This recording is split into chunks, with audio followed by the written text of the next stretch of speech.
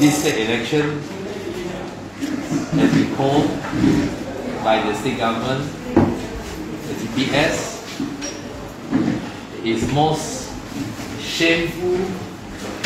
It was called by the GPS in the most shameful and irresponsible manner.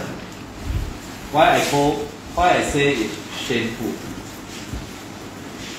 Number one, I think the reason why GPS rushed into this election when there is absolutely no necessity, as we have the emergency order until February the 1st.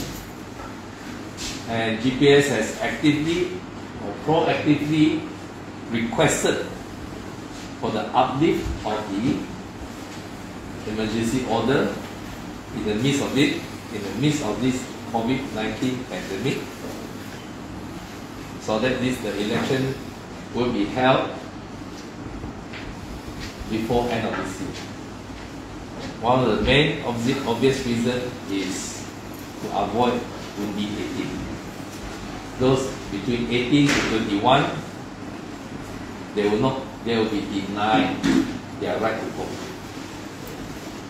Okay, the background is that in 2019, when we were the government, we managed, although at that time we did not have 2/3 majority, but we managed to persuade, convince the opposition then to agree to Undi 18. As you all know, that normally the youngster vote is anti-establishment. That is the trend, right, throughout the whole not only the country, but I think globally is anti-establishment. At that time, we were the establishment, and yet we respect their rights, and we amended the constitution. Okay, it was a unanimous. Of course, at that time, the opposition took the opportunity to have more anti-establishment vote. Okay? So, but despite at that time we were the government, we respect the rights to vote for the of the youngsters, those above 18 and below 31. And we pushed for it. We got the constitution amendment. That was number one. 2019. And then recently, we signed an MOU.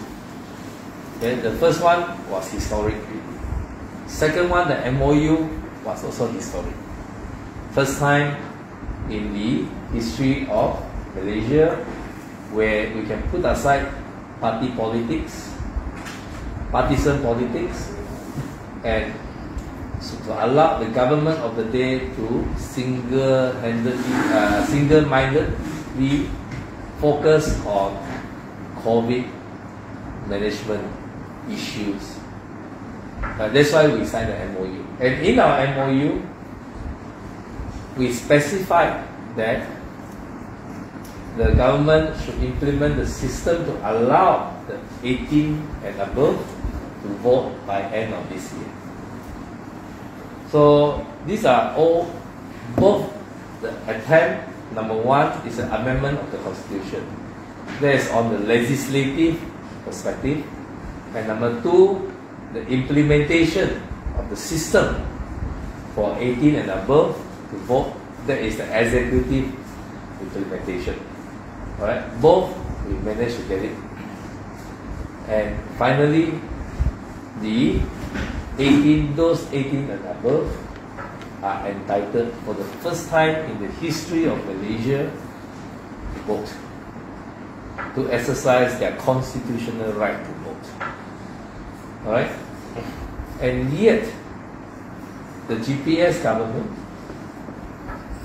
deliberately deprived these youngsters their rights to vote by rushing into this election.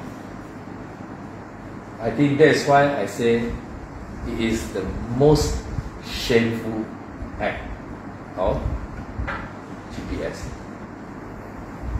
They have intentionally denied the right to vote of the 18, above 18 to 21. So that is the shameful aspect of the GPS.